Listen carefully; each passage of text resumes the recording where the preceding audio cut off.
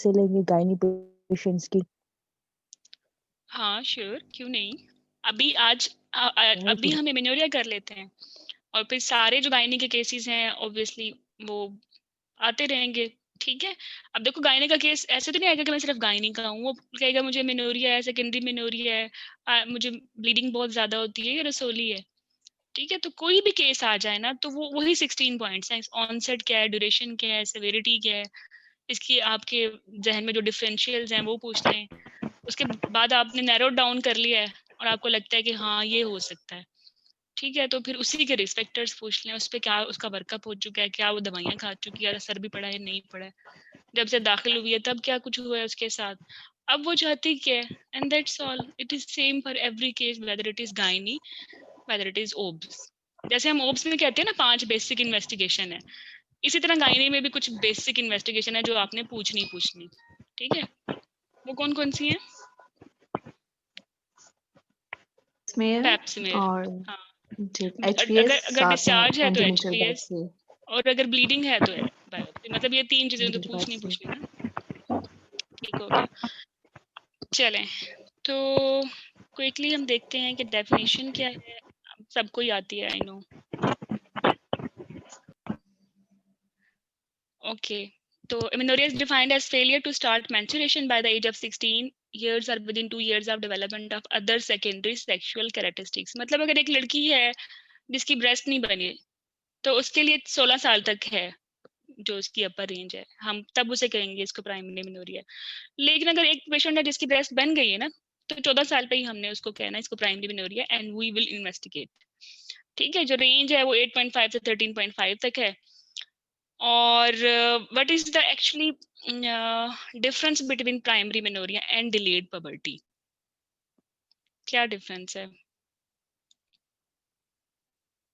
Presentation दोनों की मेनोरिया के साथ होती है।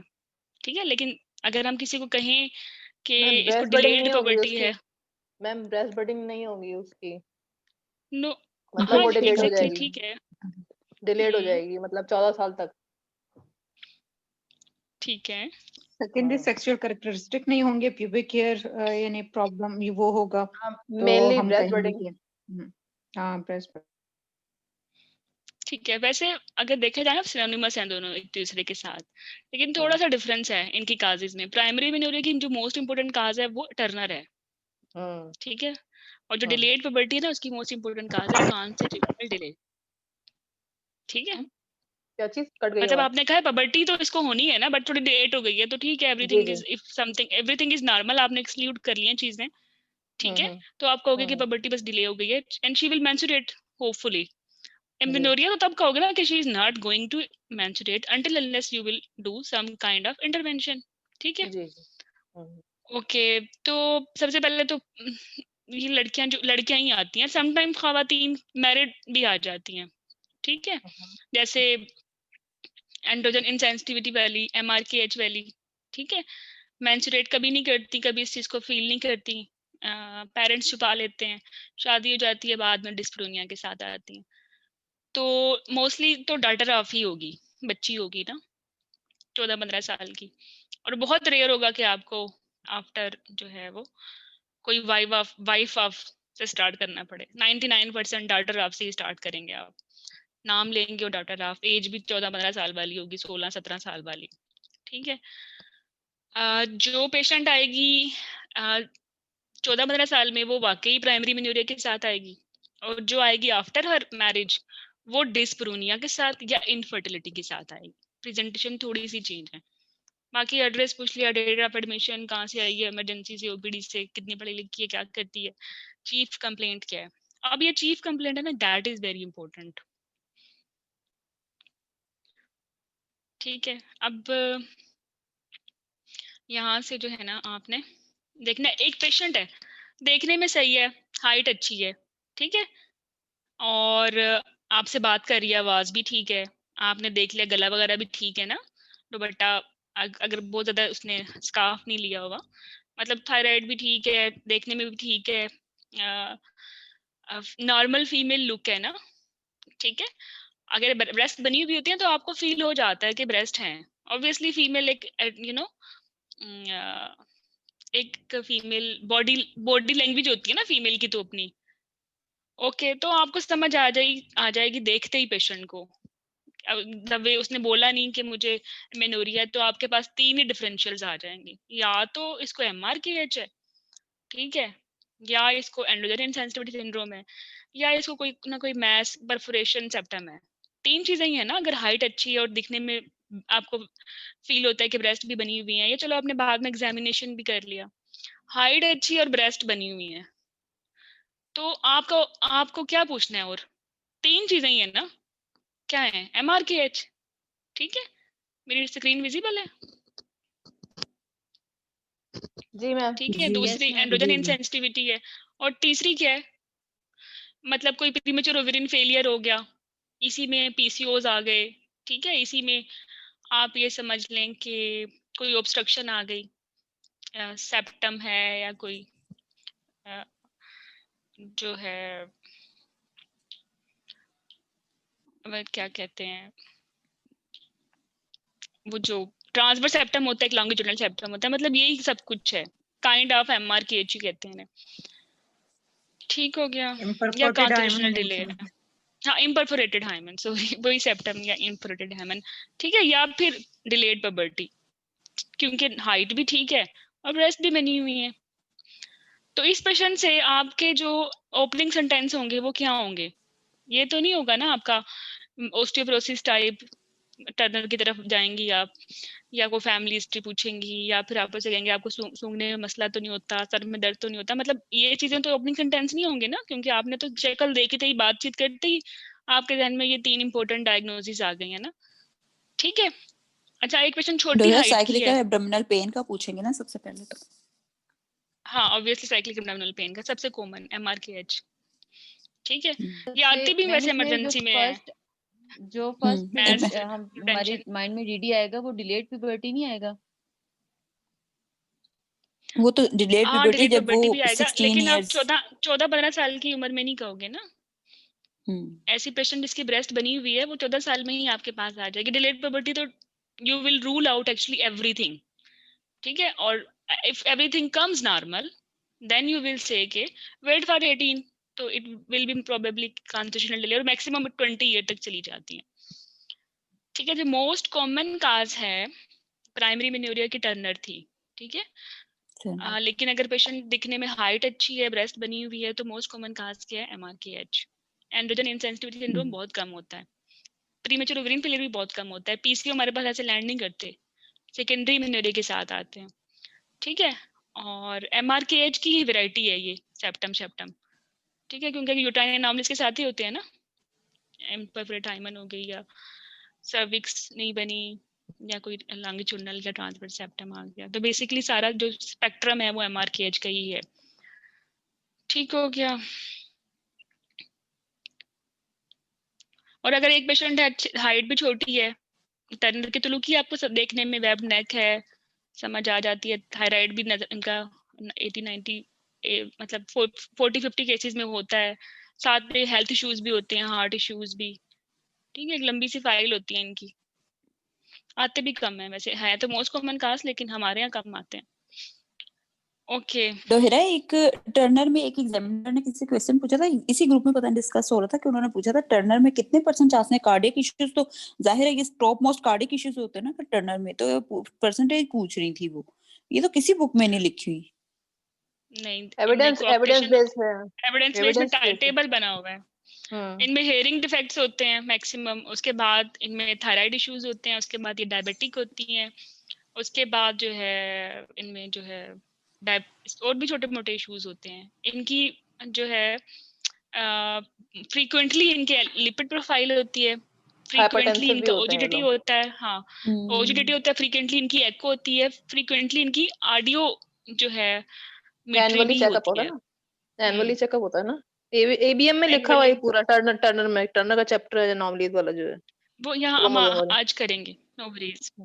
अच्छा, जो आप एक तो हम आपको अंदाजा हो गया ना देखते ही पेशेंट को कि नैरो डिफरेंशियल्स क्या हैं।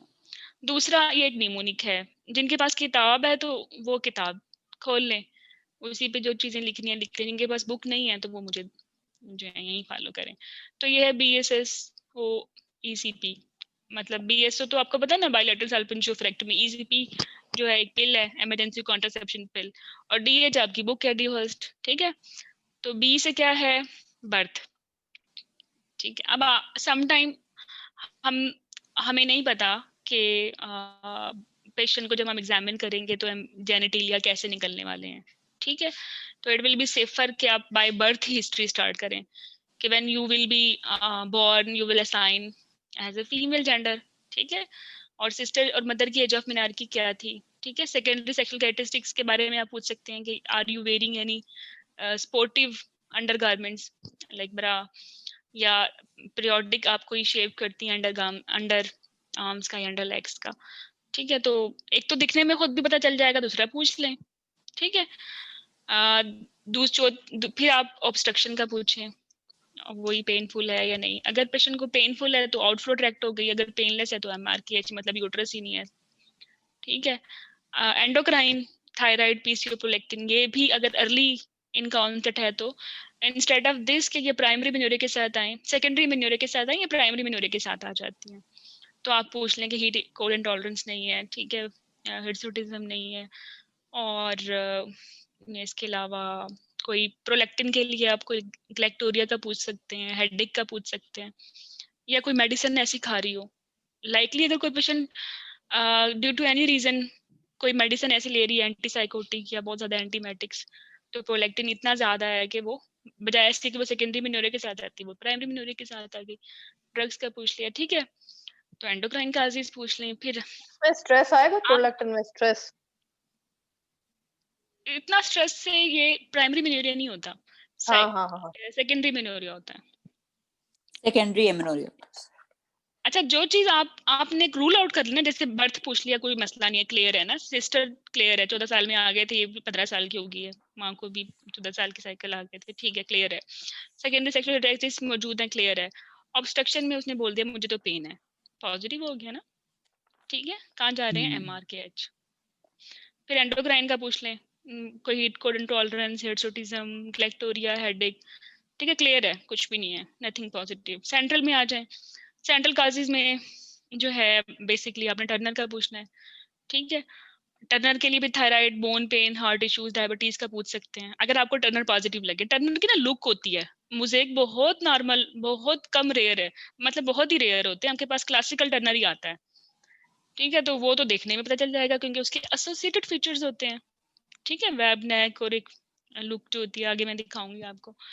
अगर आपको टर्नर पॉजिटिव लगता है तो फिर आप इसकी लॉन्ग टर्म कॉम्प्लिकेशन का पूछें, ओस्टियोपोरोसिस का, हार्ट इश्यूज का, डायबिटीज का, थायराइड का, ठीक है। सेंट्रल में ही कैलामैन आ जाएगा, आपको लगता है कि पेशेंट की हाइट तो अच्छी है, ठीक है, तो सेंस ऑफ स्मेल का पूछ लें। इसके बाद जो है एक्वायर्ड फीचर्स में आप फैक्टर पीएचए सीटी है, ज्यादा ही निमोनिक हो गए बट आप पूछ लें, ओके।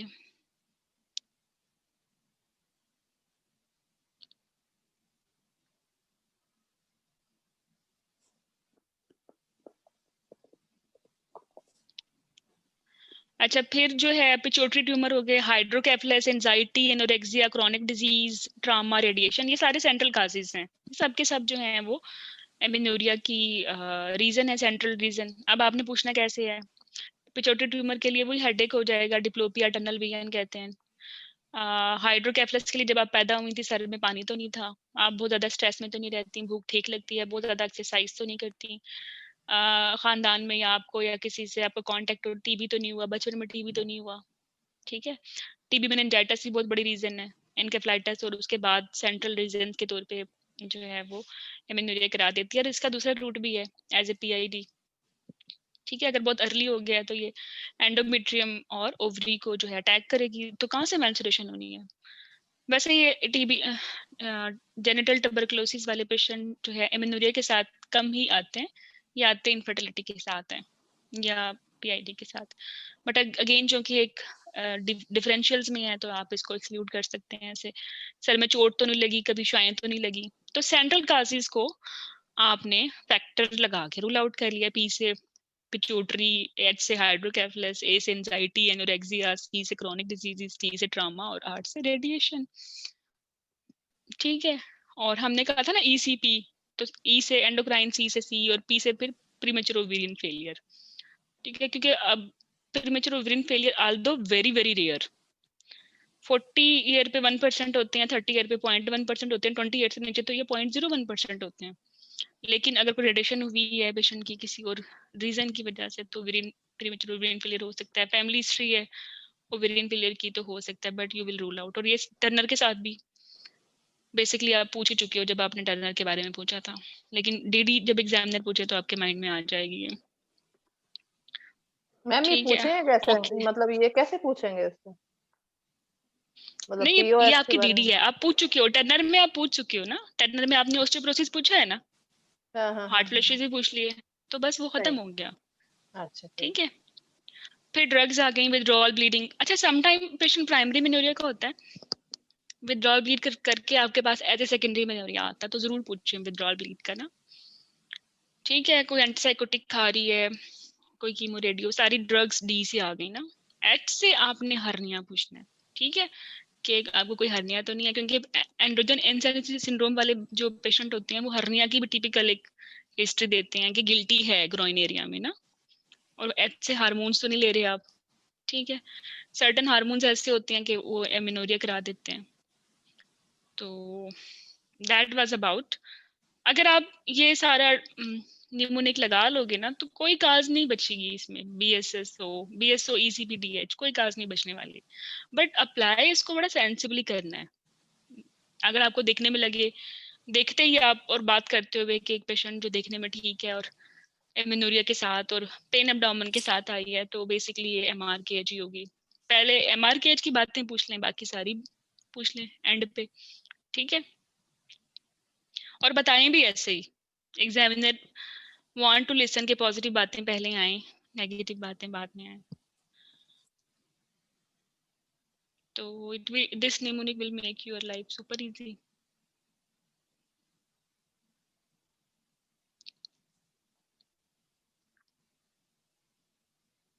यानी पहले डायग्नोसिस पे पहले पॉइंट करें, फिर उसके बाद हम DD के थ्रू जाएं, एक्सक्लूड आउट करते जाएं।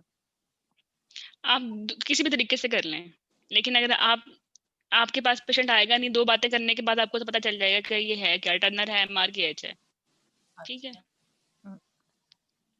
आपको सिर्फ पेशेंट से ना एक्सपोजर हो, लेकिन एक्सपोजर होने से पहले ये है कि थोड़ा बैकग्राउंड आपको पता हो कि पूछना क्या है, तो ये निमोनिक विल हेल्प यू। अच्छा, एक टेम्पलेट देख लें, जैसे इम्प्रोफेरेट हाइमन के साथ पेशेंट कैसे आ सकती है। 14 years old, daughter of Mr. Ali Nawaz, student of matric, presented to ER with complaint of acute urinary retention and also having complaint of primary menorrhagia. On further inquiry, retention is not associated with any trauma and infection, but she is giving feeling of mass abdomen. History goes 8 months back with often uncyclical pain. Her secondary sexual characteristics are as per her period, और rest history जो है ना unremarkable है। ठीक है, examination पे central abdominal below umbilicus is bulging, tender smooth defined margin, cystic consistency, likely bladder fill है ना, लोअर लिमिट रीचेबल नहीं है, परकशन नोट रेजोनेंट है फ्लैंक्स में भी, और डल है मैस पे, साउंड्स पॉजिटिव है। और क्या है, ग्रोइन क्लियर है, मतलब ग्रोइन क्लियर बहुत इंपॉर्टेंट है। आल्दो के PA का पार्ट है हर्निया पे कमेंट करना, बट यहाँ तो ये DD को रूल आउट कर रहा है ना। लोकल एग्जामिनेशन पे वल्वा, हाँ, लोकल एग्जामिनेशन पे वल्वा बताना healthy, normal female hair pattern, growth, clitoris, everything is normal. अब देखिए, अगर आप बोल दोगे ना लोकल एग्जामिनेशन पे वल्व बताना हेल्दी नॉर्मल लुकिंग, तो यहाँ ये नहीं चलेगा। एग्जामिनर वांट टू लिसन कि फीमेल पैटर्न है, examiner want to listen clitoris जो है वो लुकिंग नॉर्मल है। ठीक है, मतलब एम्बिगुअस जेनिटेलिया को रूल आउट करना है, आपने बोलना है कि एम्बिगुअस जेनिटेलिया नहीं है, तो हाउ यू विल से कि क्लाइटोरिस जो है वो नॉर्मल है, कोई ग्रोथ नहीं है। ठीक है, और जब आपने इसको पार्ट किया बल्बा को, तो ब्लिश मेम्ब्रेन आपको नजर आई है और हाइमन इज इंटैक्ट, तो it will B complete local examination. और PR जो है पेशेंट ने यूजुअली पेशेंट परमिट नहीं करती। देखिए, फीमेल पेशेंट जिसकी शादी भी नहीं हो ना, वो it really very very difficult कि वो PR की आपको कंसेंट दे दे, लेकिन पूछना जरूर है। ये नहीं आपने ग्रांटेड लेना कि चूंकि इसने PR करवाना नहीं है तो मैंने पूछना नहीं है।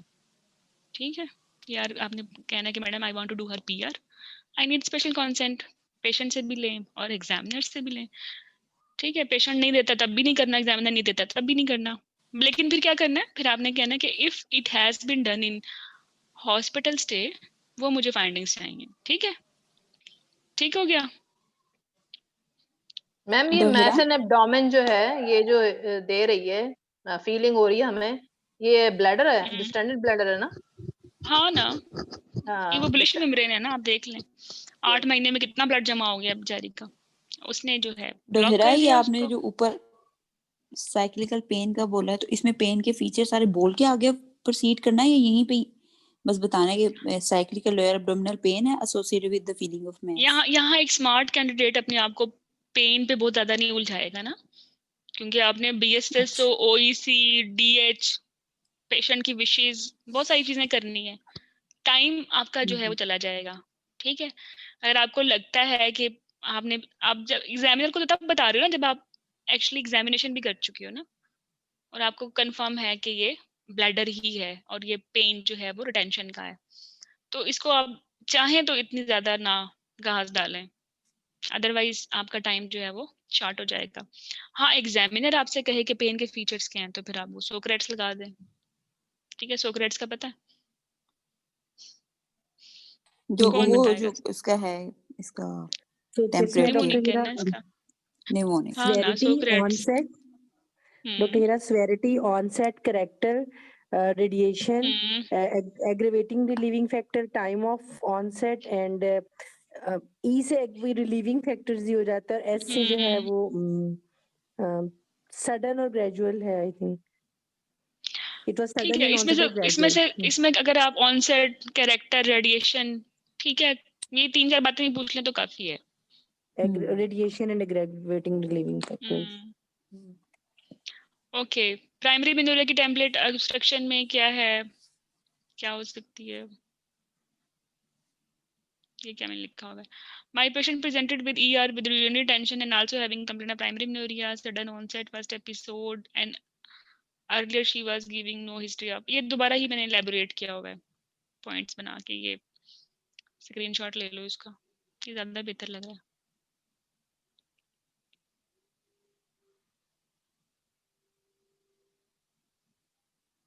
डॉक्टर हीरा, अगर हमें MRKH लग भी रहा होगा तो हमने वो लेने के बाद बाकी सारे पॉइंट्स तो हाँ पूछने हैं हाँ, ना करने जरूर। हैं, बिल्कुल पूछने हैं, बिल्कुल पूछने हैं।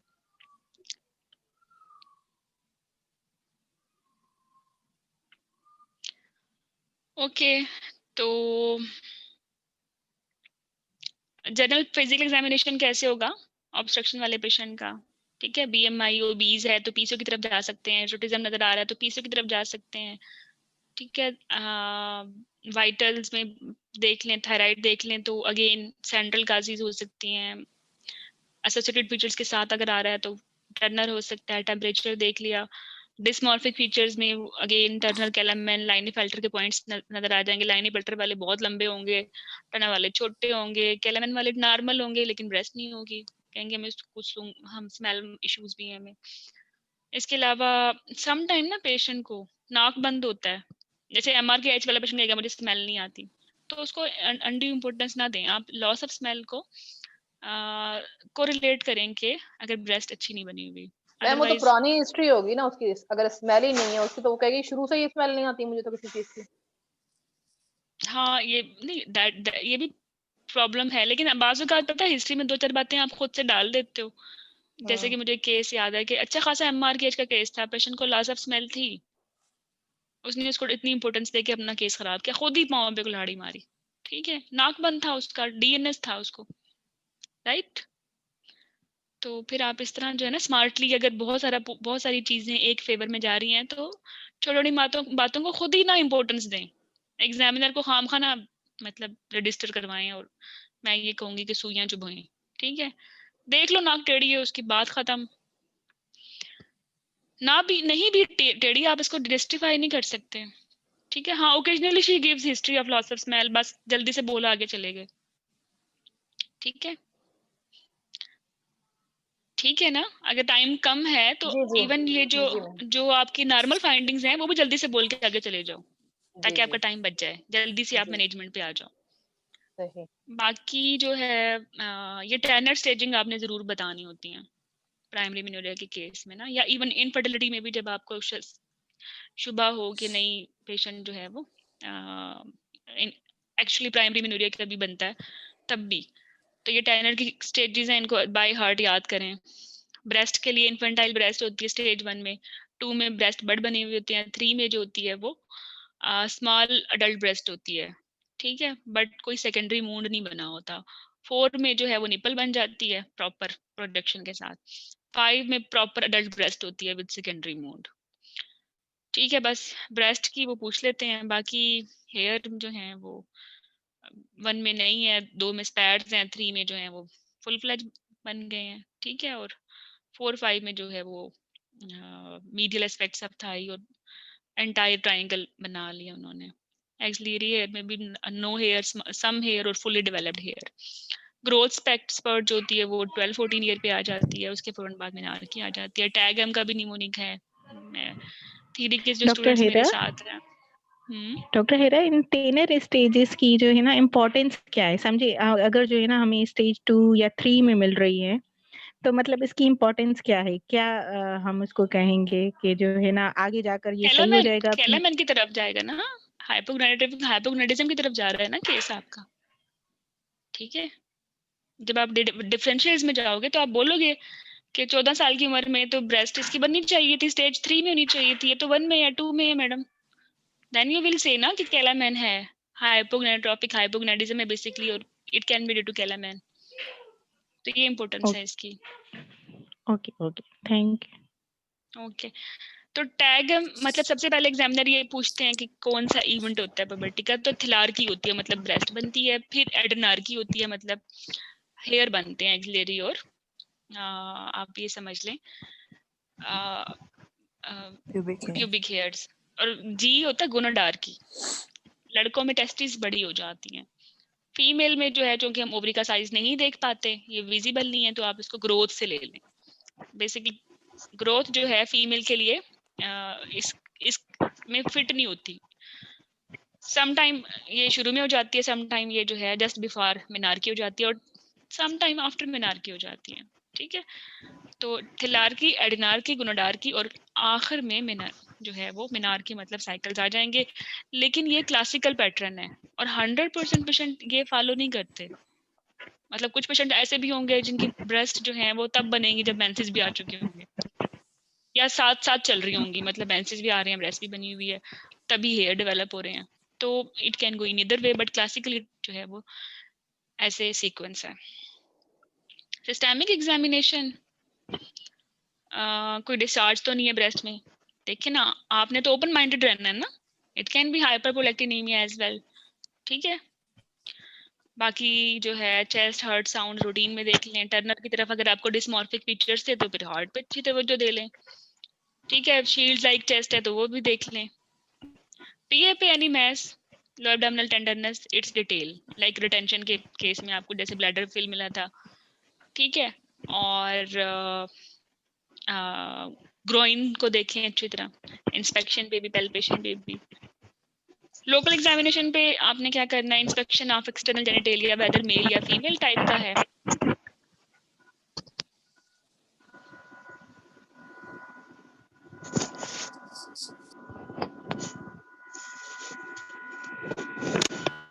डॉक्टर आवाज नहीं आ रही। हाँ, मैं सबको म्यूट कर रही हूँ, मुझे डिस्टॉर्शन हो रही थी। तो लोकल एग्जामिनेशन में सबसे पहले ये डिसाइड कर लें एम्बिगुअस जेनिटेलिया नहीं है, फीमेल ही है, ठीक है। प्यूबिक हेयर क्लासिफिकेशन कहाँ जाती है वो भी बता सकते हैं, बट इसको इम्पोर्टेंस तब दें जब आप कैलामैन का प्रोविजनल बना रहे हो। अदरवाइज आप बोल सकते हो normal hair growth, normal female pattern hair growth, और जेनिटेलिया भी ऐसे ही है, और क्लाइटोरिस नॉर्मल लुकिंग है, ठीक है। और सेपरेट केवल लेबे मेनोरा को तो आप look, I will look for any bulging of membranes, कि बुलिश तो नहीं है, पिंकिश तो नहीं है, ठीक है। क्या डेडी होती है पिंकिश और ब्लूइश की? मैम ब्लूइश होगी तो वो इम्परफोरेट हाइमेन होता है, और और पिंकिश हो तो पिंक है तो वो ट्रांसवर्स लो ट्रांसवर्स ट्रांसवर्स सेप्टम होता सेप्टम है। होता है। हाँ, सेप्टम लो होता है, सेप्टम। हालांकि अपर ठीक है, कॉमन है उसमें, तीनों में अपर कॉमन है। ठीक है, अनमैरिड है तो do not do PV, do not do speculum. ठीक है, अगर वो कहे मुझे पेनफुल क्वाइटस भी है तब भी स्पेकुलम मत करें, उसने चीखें ही मारनी है। मतलब अगर मैरिड है कोई लड़की और प्राइमरी मेनोरिया विद डिस्प्रोनिया के साथ आई है तो ये भी स्पेकुलम नहीं कर सकते आप इसका ना। अच्छा, क्वाइटस अनसेटिस्फैक्टरी है, डू तो पीवी मैम ओनली। उसमें हम ठीक है, मैम उसमें हम एग्जामिनर से मतलब बोलेंगे कि हमने इसलिए हाँ, स्पेकुलम नहीं किया। ओके। तो वो आई किस लिए, डिस्प्रोनिया के साथ आई है ना।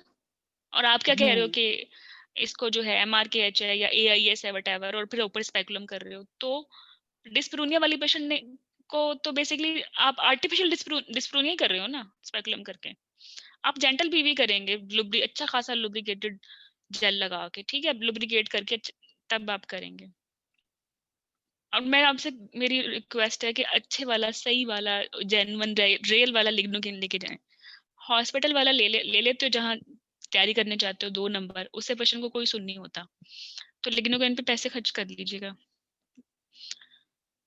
PR examination for assessment and presence of uterus are any mass, ठीक है, क्योंकि एम्बैरेसिंग है ना यंग पेशेंट में आप करें वो डिजिट। डॉक्टर हम मैंने आपको बोला अनमेरिड है को पीवी तो नहीं करेंगे ना, सॉरी डॉक्टर, नहीं अनमेरिड को तो हम करेंगे, पीवी तो नहीं PR पर रेक्टल पीआर एग्जामिनेशन तो करेंगे। करना है ना। अच्छा अच्छा। ठीक है, टेक कंसेंट सेंसिटिवली इसके लिए, but do not force her, और same information can easily B obtained by ultrasound. ठीक है, तो आप PR अगर मिल गया ठीक है, नहीं मिला तो फिर आपके मुझे अल्ट्रासाउंड देना है। टैनर स्टेजिंग की शक्ल देख लें, याद रहेगी। ठीक है, ट्रीटमेंट टेम्पलेट कैसा होगा इसका कि वर्कर कंप्लीट कर लें, कुछ नहीं मिला, अल्ट्रासाउंड नहीं मिला, like confirm diagnosis and explain sympathetically about diagnosis, then counsel her about diagnosis that she have primary menorrhagia and most probable cause is imperforate hymen. I will reassure her कि ये जो है बिल्कुल ठीक है, पेशेंट आपकी बेटी ना, और सिर्फ इसको जो है ना हमने एक स्मॉल सा डिफेक्ट है एनाटॉमी का जो कि हम उसको करेक्ट कर लेंगे एडमिट करके, अदरवाइज चीज आलो के। ठीक है सर, अच्छी बातों से शुरू करें। अगर इम्परफेक्ट हाइमन है, जैसे कि ऑब्वियसली टर्नर सिंड्रोम में आप बहुत अच्छी बातें नहीं कर सकते ना, वो बेचारी ओवेरियन फेलियर में जा रही है, बच्चा नहीं कर सकती, हेल्थ इश्यूज इतने सारे हैं। तो MRKH मे बी यूट्रस नहीं बनी हुई, बट ये जो इम्परफेक्ट हाइमन वाले हैं ना, ये तो बड़े रीअश्योरिंग होते हैं ना, स्मॉल सा डिफेक्ट है and it will B okay. तो आपने मैनेजमेंट में ये बोलना है कि I will reassure she need little intervention and her development and growth is satisfactory, that she is phenotypically and genotypically all right. इसमें आप मल्टी सिविल टीम इन्वॉल्व कर लें, प्रोसीजर करना है, एनेस्थीसिया वाले आ गए, प्लास्टिक सर्जन भी आ सकती हैं अगर कोई ट्रांसवर्स सेप्टम जो है हायर अप है, और पेशेंट अगर डिप्रेस है तो फिर साइकोलॉजिकल असेसमेंट करा लें। ठीक है, UTI अक्सर होता है, वो ट्रीट कर लें, उसके लिए एंटीबायोटिक दे दें। I will take consent for surgical procedure, complete pre-op anesthesia fitness. I will discuss her and with her parents about surgery and complication related to surgery and anesthesia. After ये सारी चीजें करने के बाद आपने अपना डायग्नोसिस जो है वो कंफर्म करना है, EUA करके, मतलब एग्जामिनेशन अंडर एनेस्थीसिया। ठीक है, जो भी इम्परफेक्ट हाइमन है ना, उसका EUA जरूर आपने प्लान करना है। ठीक है, अंडर GA पेशेंट रिलैक्स होता है, आपकी फाइंडिंग्स जो हैं वो बेहतर होती हैं। अगर उसी वक्त आपको, चूंकि पहले भी शुभा था कि इम्प्रूव्ड हाइमन ने, अब चूंकि एनेस्थीसिया भी दिया हुआ है, तो how you will treat her, आपने क्रूशियल इंसिजन देना है into vaginal hymenal membrane 2, 4, 8 and 10 o'clock, drain and जो जितना भी ब्लड है वो सारा ड्रेन कर लें। और हाइमन के जो क्वाड्रेंट्स हैं, अगर वो ब्लीड कर रहे हैं तो आप उनको जो है ब्लीडिंग स्टॉप करने के लिए जो है स्टिच ले सकते हो, अदरवाइज खुला छोड़ दें। ठीक है, और इंशाल्लाह she will menstruate after that procedure. अगर उसको साइक्लिकल पेन था तो डेफिनेटली करेगी, और अगर वो इमेच्योर क्या था, हाइपोथैलेमिक एक्सिस है, तो जरूरी नहीं है कि वो साइक्लिकली करे। अगर 3-4 महीने के बाद भी करिए तो ठीक है, क्योंकि अभी 14 साल की है।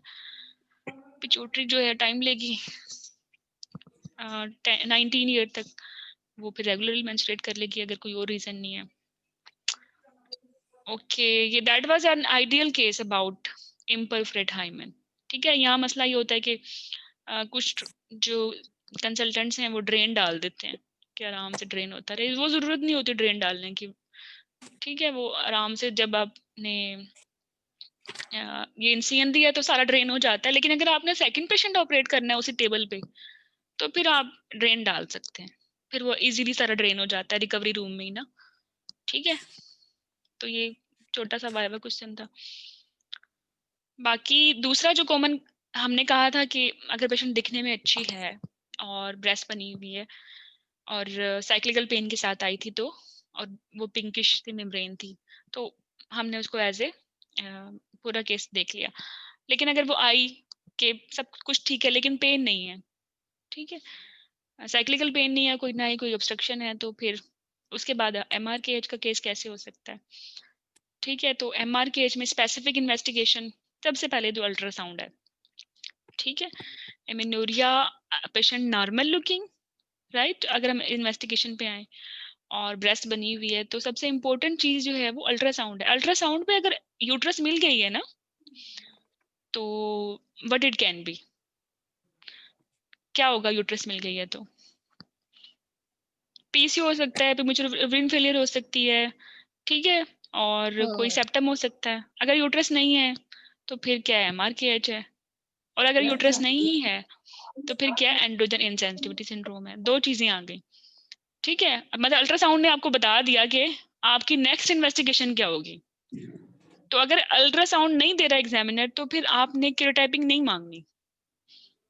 Depending on the ultrasound report, you may need, other investigation including testosterone, including karyotyping, right? If no ultrasound, then no testosterone, then no karyotyping.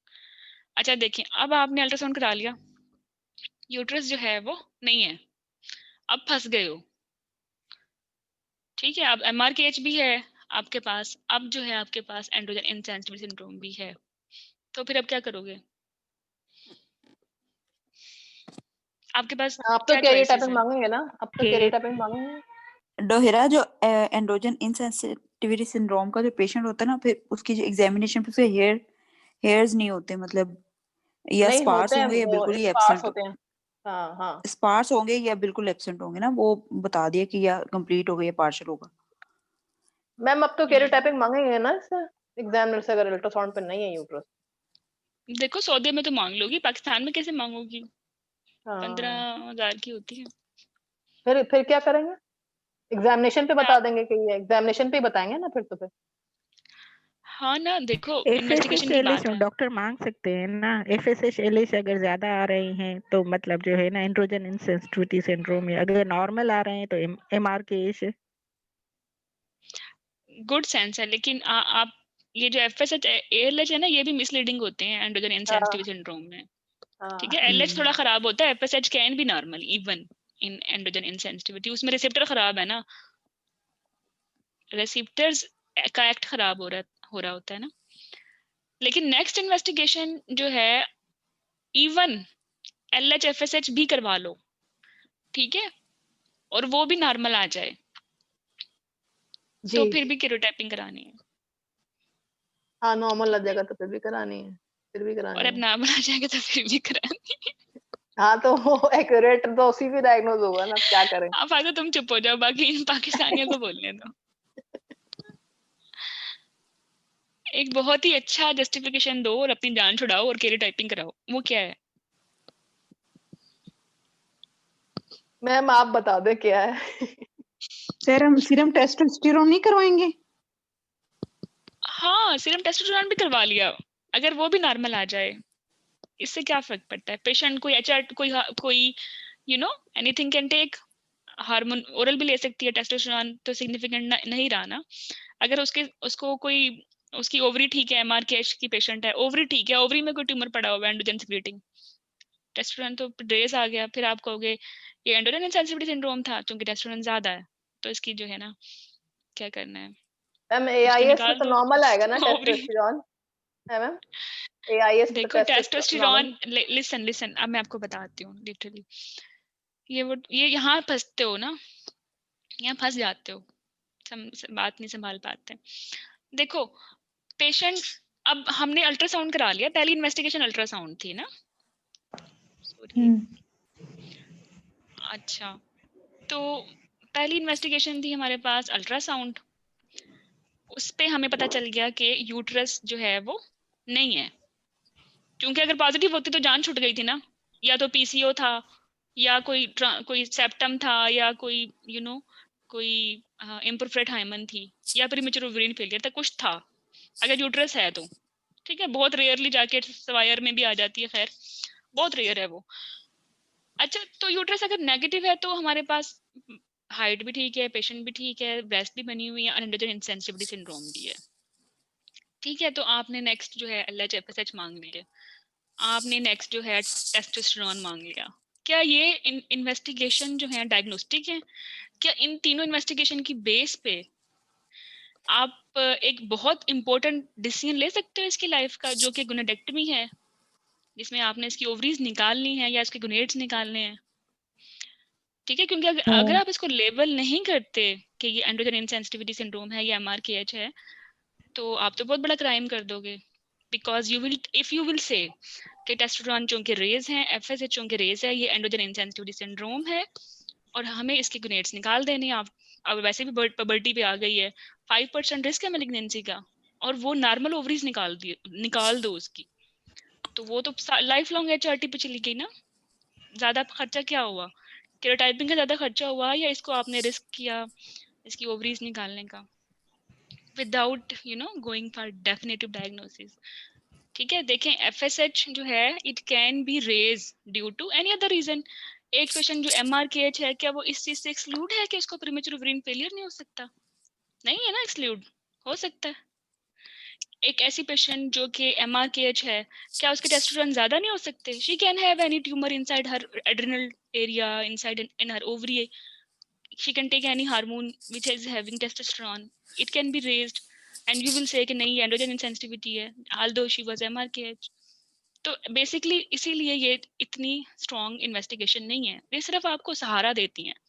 But when you have to take the decision to remove ovaries, you must have definitive diagnosis. MRKH है तो ovary छोड़ोगे, MRKH नहीं है, AIS है या androgen insensitivity है तो ovaries निकालोगे, राइट? डॉक्टर हीरा, इसमें हम ये कर सकते हैं कि अगर FSH लेवल रेज्ड है या लो है तो उसके बाद जो वो GnRH स्टिमुलेशन टेस्ट है या कोई प्रोजेस्टेरोन लेवल करवा के उसके अकॉर्डिंगली देखें। देखो, डायग्नोस्टिक एक ही है, केरोटाइपिंग, अगर आपने गोनेडेक्टमी करनी है, ठीक है।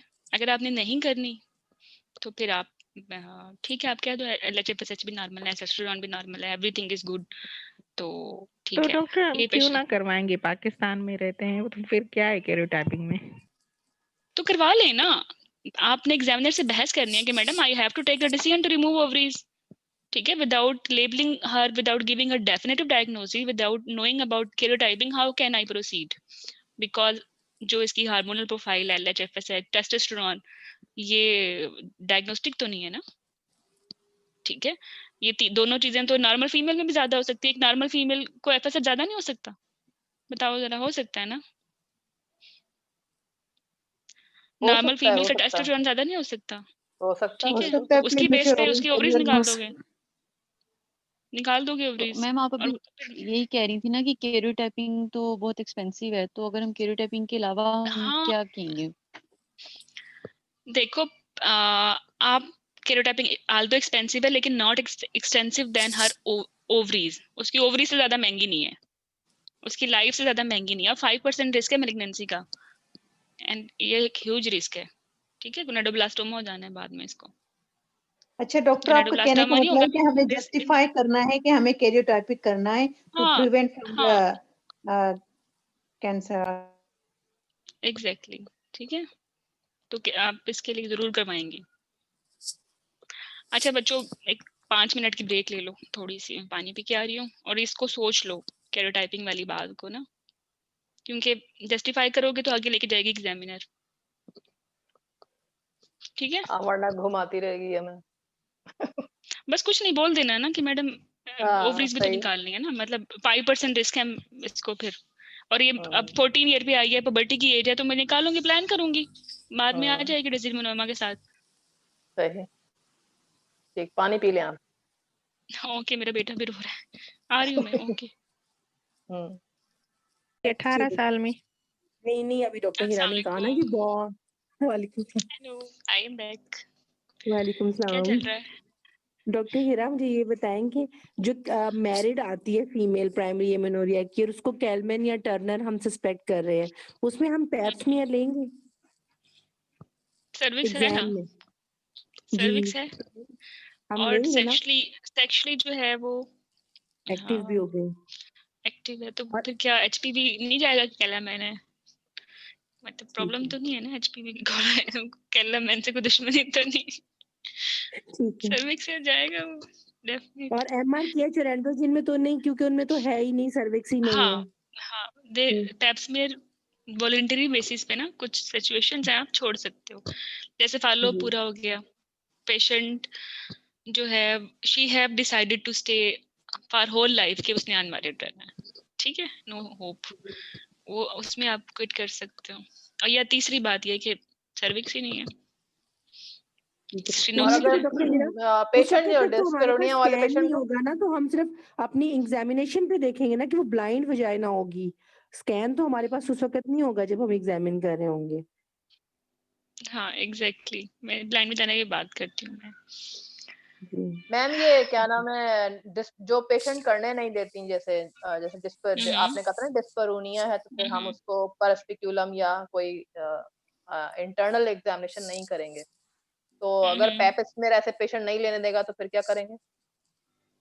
तो वो तो फिर वो तो बाद की बात है ना, जब वो स्पेकुलम ही नहीं डालने दे रही तो कैसे करोगे आप है ना, पैप्समियर? ऐसे पेशेंट का तो फिर हम पैपिस नहीं कर सकते हैं ना, फिर ये हमारी जस्टिफिकेशन हुई, ये आप पेशेंट उसका नहीं करने दे रहे। प्राइमरी, हाँ एग्जैक्टली, आप प्राइमरी मसला उसका हल करें when she will be pain free, then obviously you can later, इसी विजिट पे तो नहीं करना ना, बाद में जरूर प्लान कर लें, मतलब और उसको हम एग्जिट नहीं करेंगे फॉलो अप से आफ्टर सेटलिंग हर डिस्प्रोनिया, लाइक अगर सेप्टम था वो ठीक हो गया, सर्विक्स बाद में विजिबल है, कर लेंगे बाद में, ठीक है। मतलब कि एग्जामिनर को फिर यही बोलना है ना कि बाद में भाई हाँ जी, ये बाद में करेंगे। कर लेंगे ना, रूट तो हो ना मतलब जाने का, हाँ इट डिपेंड्स कि आपका डायग्नोसिस क्या था। अच्छा मैम, टीएफटीज आपने लिखे हैं फ्री T4 और TSH only, no need of free T3, यहाँ आपने लिखा हुआ है ना, तो हम T3 नहीं करवाएंगे, डायग्नोसिस के लिए सिर्फ ये दो करवाएंगे ना फिर, free T4 and TSH only, ठीक है सही। कुछ प्राइमरी मेनोरिया वजाइनोप्लास्टी के मेथड्स हैं, ये एग्जामिनर के क्वेश्चंस होते हैं, ठीक है। नॉन सर्जिकल में फ्रैंक डायलेटर्स होते हैं, और सर्जिकल में मैकन-डूई, विलियम, ये आप कर भी चुके हो।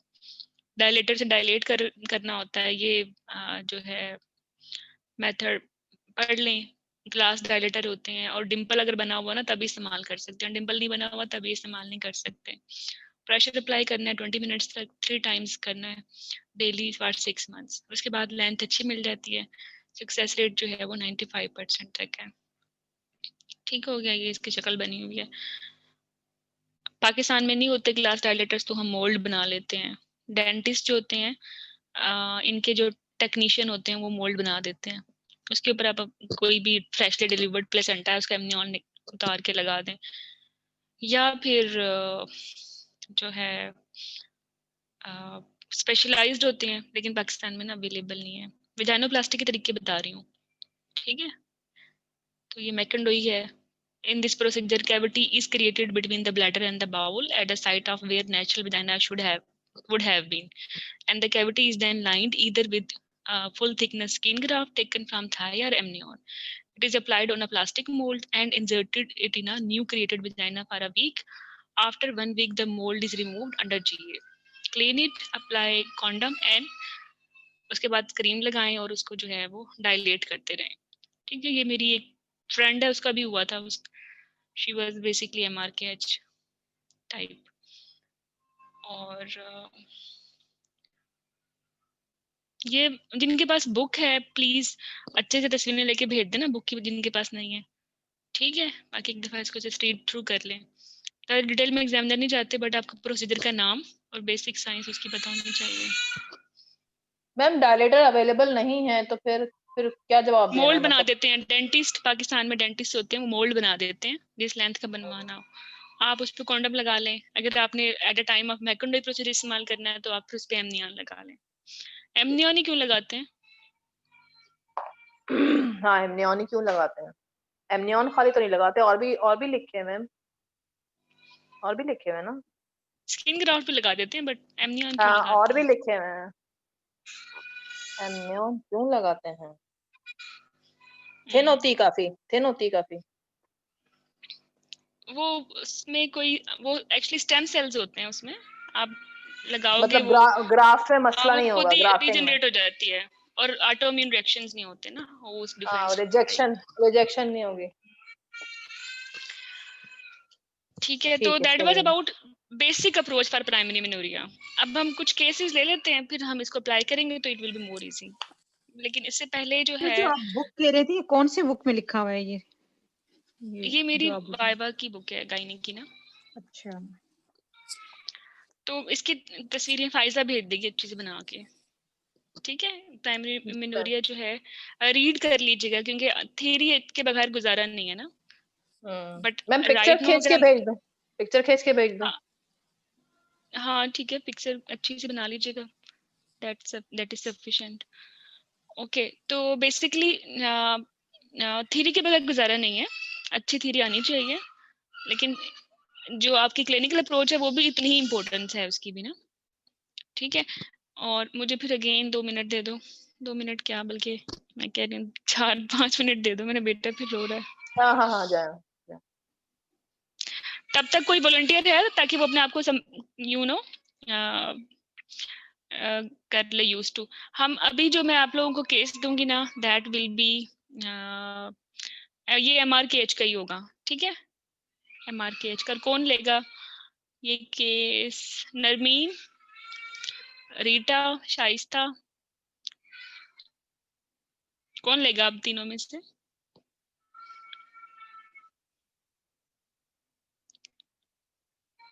कोई है वॉलंटियर जो टेलीग्राम पे कह रहे थे कि हमने केस वॉलंटियर करना है प्रेजेंट? आबिदा, ओके। सोच में आबिदा, आपदा कर रही हैं, चलें ठीक है। आबिदा ठीक है, MRKH पे माइंड बनाओ, मैं आ रही हूँ।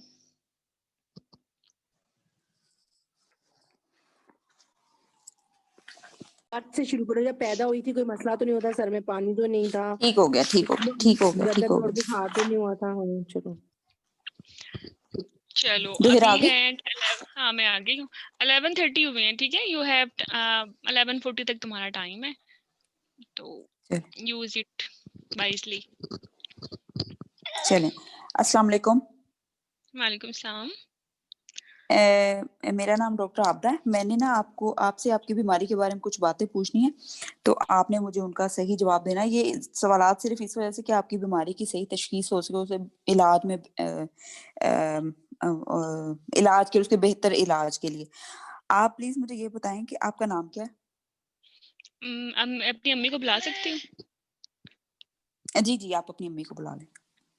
अच्छा ठीक है, मेरा नाम आयशा है। अच्छा आयशा, बेटा आपकी उम्र क्या है प्रॉपर? 15 साल है मेरी उम्र। अच्छा, आपके अब्बू का क्या नाम है? उमर दराज।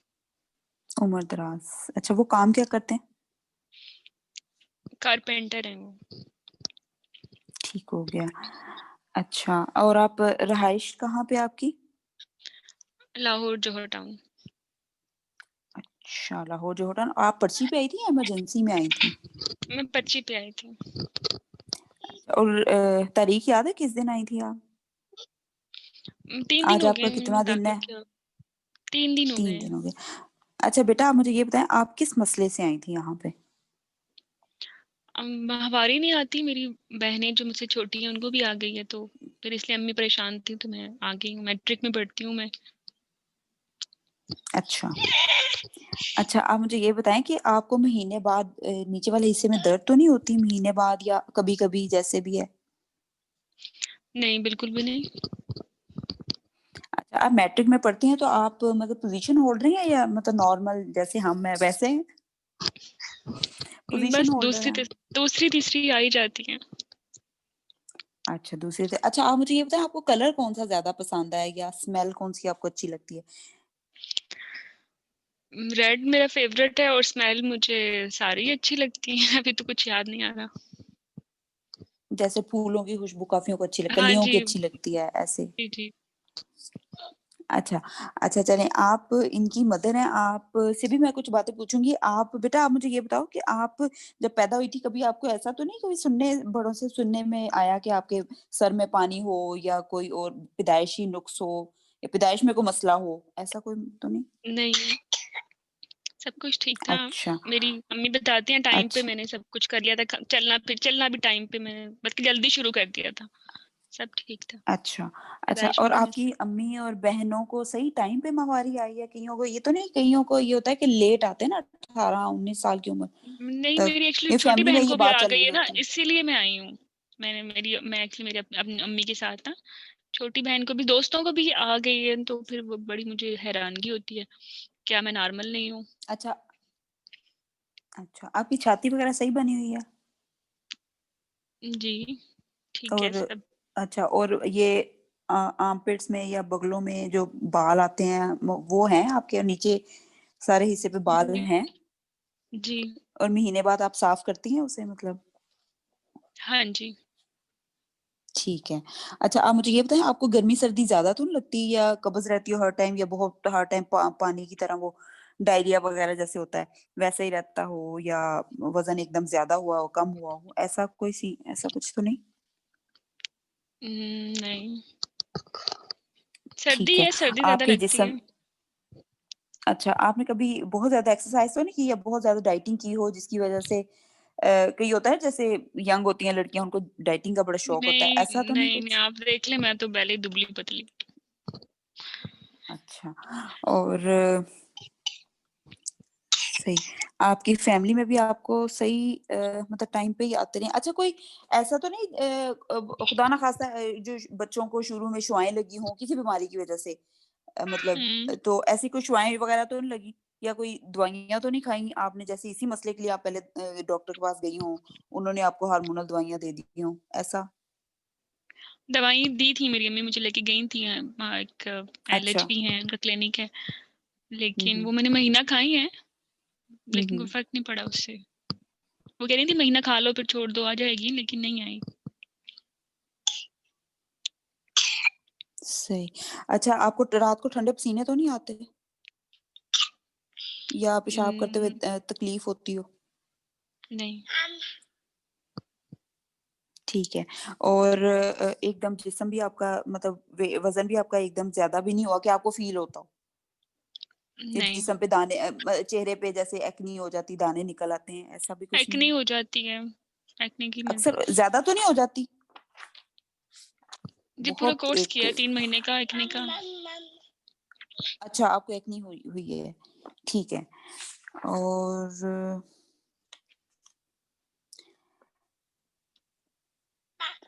गोया हो ही गए हैं सारे क्वेश्चन मेरे ख्याल से तो।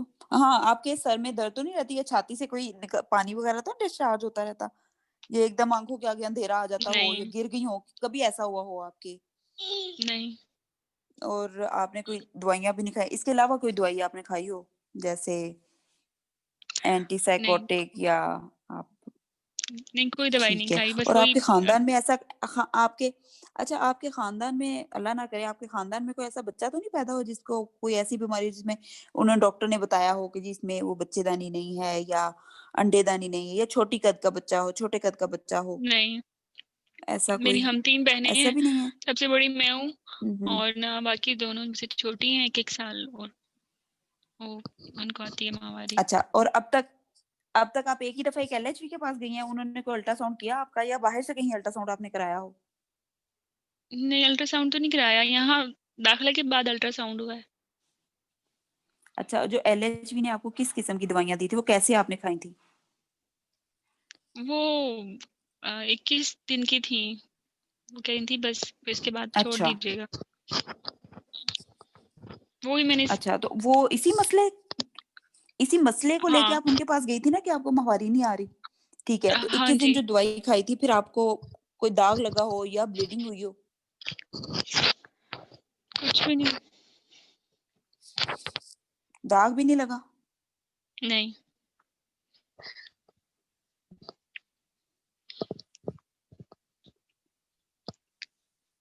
दोहिरा बस अभी इसके बाद फिर अब मैं सिस्टेमिक पे आ जाऊँ मतलब? अल्ट्रासाउंड हुआ और है ना उसका, वो पूछ लो क्या बताया था उसके बारे में। अल्ट्रासाउंड लड़की काफी चालाक है ना, मैट्रिक में है, पूछ लो उससे बता अच्छा देगी। अल्ट्रासाउंड आपका हुआ है? मैं समझ रही हाँ हूँ, जी कह रही हाँ। अल्ट्रासाउंड हुआ ही नहीं है, एलएचबी ने की। नहीं अल्ट्रासाउंड हुआ है, इधर 3 दिन से दाखिल हूँ ना मैं, इसमें मेरा अल्ट्रासाउंड भी हुआ है।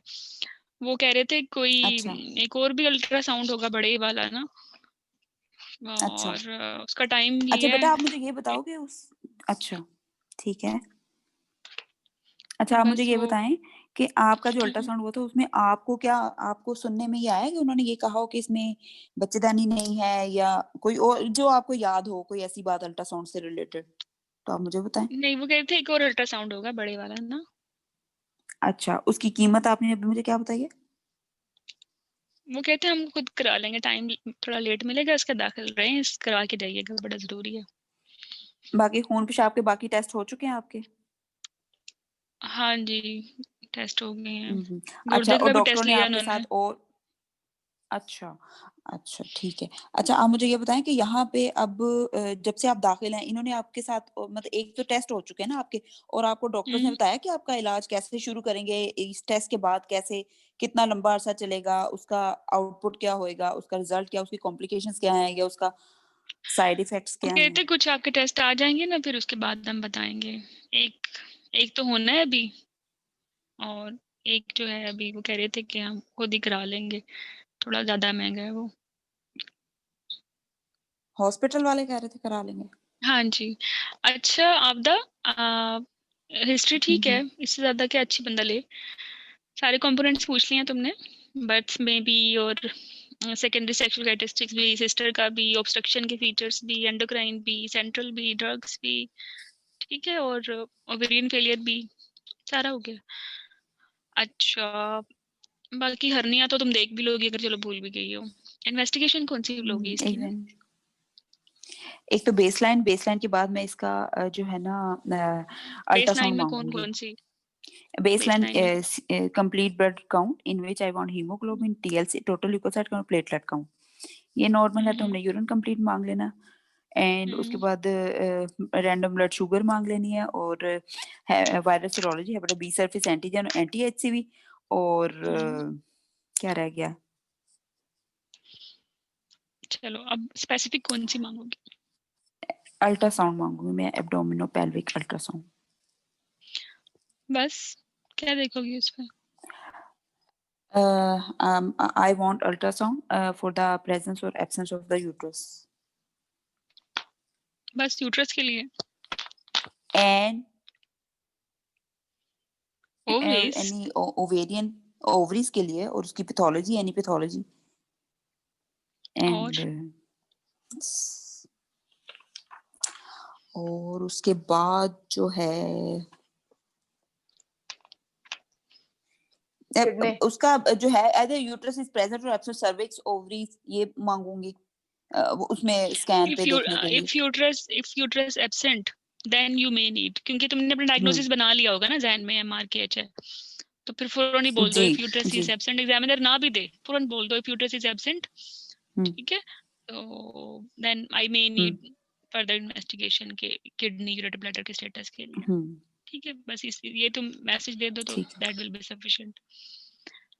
ओके ठीक है, और कुछ?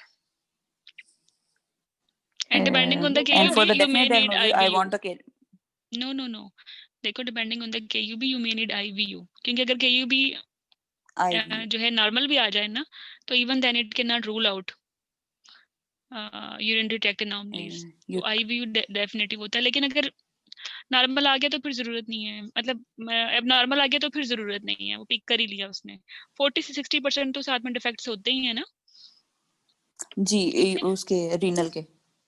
हाँ, तो यू मे नीड IVU, आराम से हो जाता है हॉस्पिटल में, महंगा नहीं है, और IVU के लिए you may need renal function test, क्योंकि अगर वो ठीक नहीं होंगे तो फिर आप नहीं करा सकते, प्रीरेक्विजिट है ना IVU के लिए तो रीनल इससे फंक्शन बेहतर टेस्ट। नहीं कि पहले ही हम रीनल RFTs मांग लें? नो देखो जब तक यूट्रस नहीं, पे पहले KUB एग्जामिनर मांग। कमेंट नहीं करता, अगर वो कहीं पर प्रेजेंट है तो फिर क्या करोगी? अगर फिर उसको तो मैं अभी 2 जाऊंगी दिन उधर ऑब्स्ट्रक्टिव 1-2 कॉजेस की महीने तरफ। पहले मेंसेस स्टार्ट हुए हैं, ऑब्स्ट्रक्शन ही है, लेकिन इतना कलेक्शन नहीं हुई कि साइक्लिकल पेन होता, या उसको पीएमएस हुआ ही नहीं, तो हम्म, फिर ठीक है, तो it would be again better कि यूट्रस पे सही कमेंट मिल जाए, तो फिर आप बोल दो आई मे नीड दीज ना, राइट? हम्म, क्योंकि एमआरकेएच एआईएस का डायग्नोसिस अल्ट्रासाउंड है, क्लिनिकली दोनों एक जैसे ही है ना। ठीक है। अच्छा वैसे आप मैम अगर नॉर्मल यू केयू कैन आल्सो, हाँ हाँ मैम अगर केयू भी नॉर्मल आएगा तो हम आईवीयू करवाएंगे ना, मतलब नॉर्मल आए तो आईवीयू करवाएंगे। हाँ तब करवाएंगे, अगर अगर नहीं एबनॉर्मलिटी एबनॉर्मल आ उसने गया तो पिक ठीक कर है, ली या फिर नहीं करा, ठीक है, फिर ठीक नहीं है, सही। कराना। अ, ठीक है। और दूसरा ये कि जब आप हिस्ट्री लो तो आप ओव्यूलेटरी सिम्टम भी पूछ सकते हो ना, ओवरी की प्रेजेंस के लिए, लाइक पीएमएस के फीचर्स, अच्छा मिड सही। साइकिल पेन, चलो साइक्लिकल पेन नहीं है, बट मिड साइकिल पेन हम्म, एमआरकेएच में भी हो सकता है ना, मेस्टेल्जिया एमआरकेएच में भी तो हो सकता है ना, ओवरीज तो हैं। हम्म, ओके बाकी इन्वेस्टिगेशन कड़ी से कड़ी मिलने वाली बात है, यूट्रस पे कमेंट एग्जामिनर करेगा तो यू मे नीड, अगर एब्सेंट है तो कैरियोटाइपिंग, ठीक है। कैरियोटाइपिंग, अब प्रॉब्लम ये कि एलएचएफएसआई टेस्टोस्टेरोन कराने नहीं कराने, देखो ये नॉर्मल आए, अब नॉर्मल आए क्या हमारी क्या ये कोई चेंज कर देंगे, कैरियोटाइपिंग तो फिर भी करानी है, ठीक है। और एफएसएच ठीक है। जो है लाइकली पेशेंट में चूंकि प्रीमेच्योर ओवेरियन फेलियर के सिम्टम्स ही नहीं है तो एफएसएच नॉर्मल ही होगा ना, और अगर अब हम्म, नॉर्मल भी है, रेज भी आ रहा है, तो इवन देन आपने तो फिर भी कैरियोटाइपिंग कराना है। तो यू इफ यू कैन मतलब डिफेंड कि आपने हर हाल में क्यूरी कराना है, तो आप एलएचएफएसएच और टेस्टोस्टेरोन को ओमिट कर सकती हैं, ठीक है, क्योंकि ये भी महंगे टेस्ट हैं। और मैम और थायराइड का, अगर थायराइड का क्लिनिकल सिम्टम्स हैं तो कराएंगे ना, नहीं थायराइड क्लिनिकल होगा तो कराओगे, अदरवाइज नहीं, अगर अदरवाइज टर्मिनल पे नहीं। जाओगे तो करवाओगे, वरना नहीं, तो ठीक है। जस्टिफिकेशन यही होगी कि कैरियोटाइपिंग डायग्नोस्टिक है और उसका कोई फायदा हाँ है इसलिए बेसिकली करवाएंगे। देखो ना, हम्म। यूट्रस पे जब उन्होंने बोल दिया ना एब्सेंट है, तो फिर आपने क्यूरी करानी। वैसे भी ये खा रही है, क्या खा रही है, हार्मोन्स ही खा मेरा रही है ना, एक तो एक एलएचएफएसएच रिलायबल नहीं है फिर, जी जी ठीक है। ठीक है। ठीक है। डॉक्टर हीरा, ठीक। अगर ये एमआरके डोहिरा एक छोटी सी और अल्ट्रासाउंड में बात है, हाँ हाँ हाँ डोहिरा एक छोटी सी एक और एक बात करके है। पूछो। हाँ इस जी मतलब जो हिस्ट्री, मतलब मेरी आम एक रूटीन बनी हुई है कि मतलब आम वर्ड्स में भी हम लोग जब हिस्ट्री, इवन अभी भी मेरा वो स्टेमिना भी टूटा नहीं है, जब हम हिस्ट्री लेते हैं तो उसमें से काफी वर्ड्स हम बोल जाते हैं, कॉम्प्लिकेशन का, एडवर्स इफेक्ट का, मतलब इसका इफेक्ट या कॉम्प्लिकेशन या एनेस्थीसिया कॉम्प्लिकेशन, ऐसे हम बोल जाते हैं। तो इज दैट राइबल कि हम ये वर्ड यूज कर सकते हैं? नहीं, कहाँ जब हिस्ट्री लेते कहाँ हैं, पेशेंट से हिस्ट्री लेते हैं, कौन सा वर्ड, सीधे कॉम्प्लिकेशन पेशेंट से कैसे पूछ सकते हैं, मैं समझी नहीं। मतलब नहीं, जब हम इंग्लिश में अपनी वो कह रही इंग्लिश कि वर्ड में इंग्लिश। ही बोल जाते हैं ना। हाँ पता है, ये तो यही तो बात है ना, ये पेशेंट से इनकाउंटर करो और बोलो, इंग्लिश में उसको समझ नहीं आती, और बल्कि वो ऑफेंड हो जाते हैं कि जब आपको कोई बात समझ नहीं आती ना। और बेसिकली हमारी सारी उम्र मेडिकल में ही गुजरी है, और हमारे मुंह से निकल जाता है ना सेकंड रिफ्लेक्स, स्पेसिफिकली टॉक्स में जाते हो तो बड़ा मसला होता है जब वो रोल प्लेयर से बात करनी होती है। ये इसको थोड़ा डॉक्टर सा ना हीरा, मेरा एक क्वेश्चन प्रैक्टिस है। करो। डॉक्टर हीरा, अगर यानी जैसे आपने कहा कि हमने अल्ट्रासाउंड एग्जामिनर से मांग लिया तो उन्होंने कहा कि एब्सेंट यूट्रस है, तो फिर हम डायरेक्ट कैरियोटाइप पे जाएंगे या ये रेनल स्टेटस पे जाएंगे, रेनल फंक्शन टेस्ट पे? देखो मेरी बात सुनो, यूट्रस एब्सेंट, ठीक है, हम्म, और कैरियोटाइपिंग, और कैरियोटाइपिंग पे अगर एक्स एक्स एक्स आता है ना, तो फिर केयूबी, ये इसका ऑर्डर है, क्योंकि अगर एक्स वाई आ गया तो फिर तो केयूबी नहीं कराना है ना, ठीक है ना। इसके, हाँ जी, ओके। दो ही डायग्नोसिस बचे ना यूट्रस एब्सेंट पे, दो ही बचे हैं, एमआरकेएच और एआईएस, दो ही है ना। जी, तो आपने केयूबी आफ्टर कैरियोटाइपिंग ही कराना है, depending on the karyotyping report you may need KUB, depending on the KUB report you may need IVU, depending on the plan के आपने आईवीयू कराना है, you may need renal function test, ठीक है। एलएचएफएसएच testosterone चूंकि कैरियोटाइपिंग करवानी, तो ये कुछ भी आ जाए, नेगेटिव पॉजिटिव रेज नॉर्मल लो वटएवर, तो क्लिनिकली जो कि आपने बोल दिया कि ये दो क्लोज हैं तो इसके लिए मैं कैरियोटाइपिंग कराऊंगी और मैंने इस पे ओवरीज निकालने का डिसीजन भी लेना है, तो आप ये मत कराएं ना, एडिशनल कॉस्ट पड़ेगी। हाँ अगर आपको लगता है कि पेशेंट की यूट्रस एब्सेंट है और साथ में इसको प्रीमेच्योर ओवेरियन फेलियर के सिम्टम भी आ रहे हैं, डुअल पैथोलॉजी आ गई ना, फिर उस सेंस में आप एफएसएच मांग सकते हो। लेकिन डुअल पैथोलॉजी बहुत ही रेयर है, केस खराब कर लोगे अपना। एक नहीं संभल रही, फिर दो कैसे संभालोगे? देखो कोई पेशेंट अगर आए ना एमआरकेएच का, वो पीसीओ भी हो सकता है, क्योंकि इतना कॉमन है हमारे यहाँ पीसीओ। थायराइड भी हो सकता है, क्योंकि हमारे यहाँ कॉमन है थायराइड। तो फिर आप अपने डायग्नोसिस से हिलना ना, वो एसोसिएटेड हो सकता है, ठीक है। लेकिन जो डुअल तो पैथोलॉजीज हैं ट्रीट हमने स्पेसिफिकली उसी को करना है, एमआरकेएच को ही करना है? हाँ, एमआरकेएच को, ठीक है। ठीक है।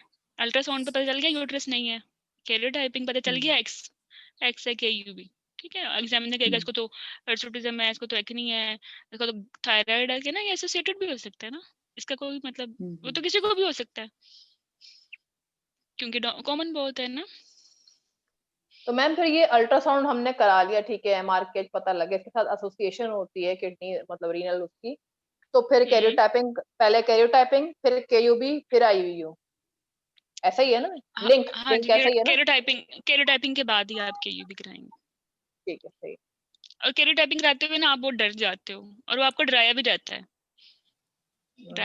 अनफॉर्चुनेटली। मैंने जितने भी एग्जामिनर्स देखे हैं वो बहुत डांटती हैं इस पे, और वो उनको ये इंसाइट नहीं होती कि एक्चुअली ओवरीज का डिसीजन लेना है, ठीक है। बट आप उनमें डालो ये इंसाइट कि ओवरीज का डिसीजन बहुत बड़ा डिसिप्लिन है, एक्चुअली क्रिमिनल एक्ट है without going you know properly जी, जी। इवैल्यूएट नहीं किया। तो मैं कैरियोटाइपिंग कराऊंगी, आउटवे करें ना, कॉस्ट को आउटवे करें विद बेनिफिट। ऑल्दो कॉस्टली है, बट ओवरी सबसे महंगी चीज होती है इंसान की 15 साल की उम्र में। डॉक्टर अगर उन्होंने हमें कैरियोटाइपिंग नहीं दिया और जो है फिर हम तो आगे फिर जाएंगे या क्या करें हम? तो फिर आप बोलो मोस्ट कॉमन काज क्या है? मेरी पेशेंट में ओव्यूलेटरी सिम्टम्स हैं, मोस्ट कॉमन बीएमआरकेएच है, ठीक है। और अगर कैरियोटाइपिंग अवेलेबल नहीं है या अफोर्ड नहीं है, तो फिर आई मे नीड सपोर्टिव इन्वेस्टिगेशन, जिसमें आप टेस्टोस्टेरोन और एफएसएच कर सकते हो। मतलब वो भी आपके फेवर में आ गई, नॉर्मल आ गई, ठीक है। लेकिन फिर भी चूंकि ओवरीज का डिसीजन लेने से पहले आपने फिर भी कैरियोटाइपिंग करानी है, ठीक है। वो तो प्लान बी हो गया ना। अच्छी गायनेकोलॉजिस्ट तो प्लान ए करेगी ना, but examiner will force you for plan B. तो फिर प्लान बी यही है एमआरकेएच में कि कैरियोटाइपिंग नहीं दे रही बाय एनी मीन। फिर बोलेंगे अगर नहीं है, अगर करवाना भी नहीं है, वो भी नहीं रहा पाकिस्तान में, सब चीजें खत्म, मतलब कोई ऑप्शन नहीं बची, तो फिर आप आते हो ना प्लान बी पे। फिर वो प्लान बी यही है, ठीक है। क्योंकि being common MRKH, FSH normal MRKH, testosterone normal MRKH, तो लाइकली मैडम ये एमआरकेएच ही है, ठीक है।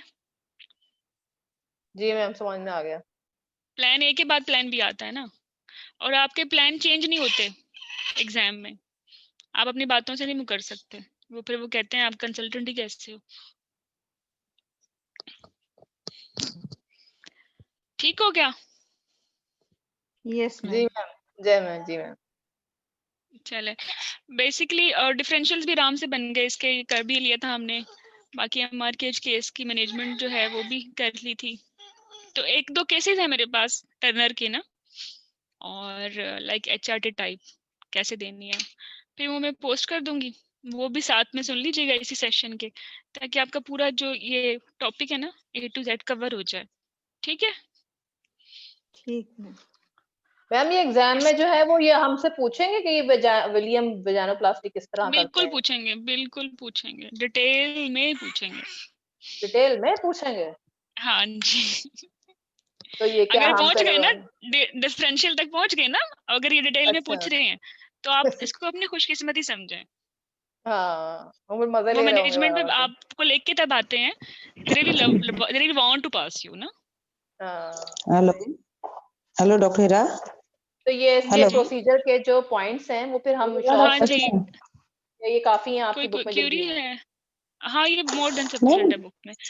मैम जी जो जी, आपने आज वो सेड बीएमडब्ल्यू की जो निमोनिक्स बताए थे ना, प्लीज थोड़ा सा रिपीट कर दीजिए। वो मैं रिकॉर्डेड क्लास है, छोटी सी 7-8 मिनट की, डिटेल में बताया हुआ है। डॉक्टर हीरा, अब हमने इसमें वो भी हार्मोन भेज दूंगी प्रोफाइल मैं। तक नहीं मांगना ना, बस ये प्लीज डिसाइड हो देखो बताइए। प्लान ए मैंने बता दिया है ना, मत मांगे जी जी हार्मोनल प्रोफाइल। और ना ठीक क्यों है। मांग रहे हो? पेशेंट में कोई ओवेरियन फेलियर के सिम्टम ही नहीं है, ओव्यूलेशन भी प्रॉपर हो रही है, ठीक है। जी और आपने एक जी डेफिनेटिव डायग्नोसिस करा लिया, आप स्पोर्टिव क्यों करा रहे हो ना, डबल डबल खर्चा ना कराओ, या तो आपने कैरियर नहीं कराने, डिसाइड कि ठीक नहीं है कराने, ठीक है, तो ठीक फिर है आप करवा लें। मतलब अगर आप कैरियर भी करवा रहे हो फिर वो भी करा रहे हो तो फिर आप फंस जाओगे। ठीक ठीक है। मैम चलिए इसकी ये हो गया। मैम एक बात और ये जो ये इनका ऑप्शन ऑफ फर्टिलिटी है, जरा ये एक दफा डिफाइन कर दें। मतलब जो हाँ, इनकी MRKH में फर्टिलिटी। यार वो अंडा दे सकती है अपना, सरोगेसी और पाकिस्तान में होती नहीं है, ठीक अडॉप्शन है, नहीं है। हाँ तो अडॉप्शन करेंगे ना फिर, मतलब हाँ, वो ऑप्शन बता। एग्जामिनर पूछे तो बता दे, सरोगेसी भी ऑप्शन है, मतलब ठीक हम है। ऑप्शन तो उसको यूट्राइन, बताएंगे ना। हाँ हाँ, ऑप्शन तो हम बता देंगे, लेकिन what is available in Pakistan तो वो ओनली अडॉप्शन है। दूसरा ये है कि रीसेंट एडवांसेस में यूट्राइन ट्रांसप्लांटेशन भी हो रही है, जी जी जी, यूट्राइन ट्रांसप्लांटेशन भी हो रही है, तो ये जी। आप रीसेंट एडवांसेस में बता दें। ठीक है, सही है। एडॉप्शन और यूट्राइन ट्रांसप्लांटेशन भी जाना, ठीक है, सही है। यूट्राइन सही, ट्रांसप्लांटेशन यहाँ पर, अच्छा ये तो पाकिस्तान में भी होंगे ना? रीसेंट एडवांसेस में ना, रिसेंट पाकिस्तान में एडवांसेस में नहीं, आया। जर्मनी में हुई है अभी तक, कामयाब थी, और वो भी पाकिस्तानी डॉक्टर ने की है, अब वही कर सकता पेशावर का है। है। नहीं नहीं, पेशावर का है, हाँ सच तो में, वही कर मैंने सकता पढ़ा है, था। वही कर सकता है, पाकिस्तानी डॉक्टर ही कर सकता है ये काम। पाकिस्तानी डॉक्टर छाए हुए हैं दुनिया में। हाँ, बहुत मांग है भाई पाकिस्तानी डॉक्टर्स की।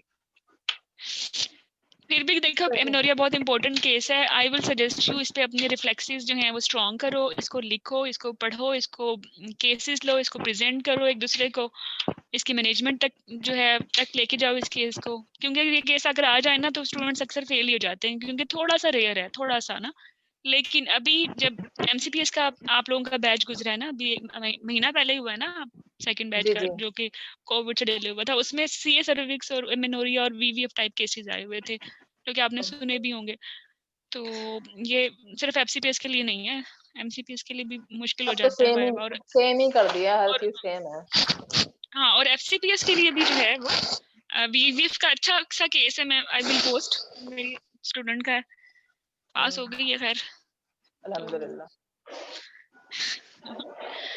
अल्हम्दुलिल्लाह, तो वो मैं भेज दूंगी ना, क्योंकि ये VVF अभी मैं थोड़ा रेयर है ना, तो कॉमन केसेस करके फिर देखेंगे बाद में, ठीक है। ठीक है, सही है, ठीक